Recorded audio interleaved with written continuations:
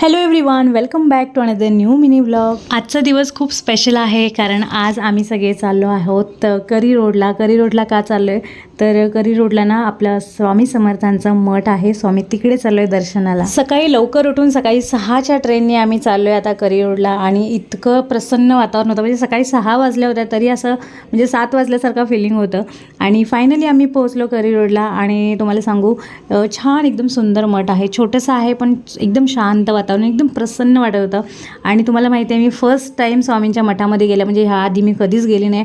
आणि आमच्या सांगलीला स्वामी समर्थांचं मंदिर आहे तिकडे आम्ही गेलो होतो, पण मठामध्ये फर्स्ट टाईम गेले, त्यामुळे हा एक छान एक्सपिरियन्स होता माझा. आणि ह्याच मठामध्ये स्वामी समर्थांच्या एका गाण्याचं शूटिंग पण झालेलं आहे, तर छान वाटलं मला. आणि करी रोड स्टेशनच्या एकदम बाजूलाच आहे, जास्त लांब पण नाही, आपण वॉकिंग डिस्टन्सला आहे.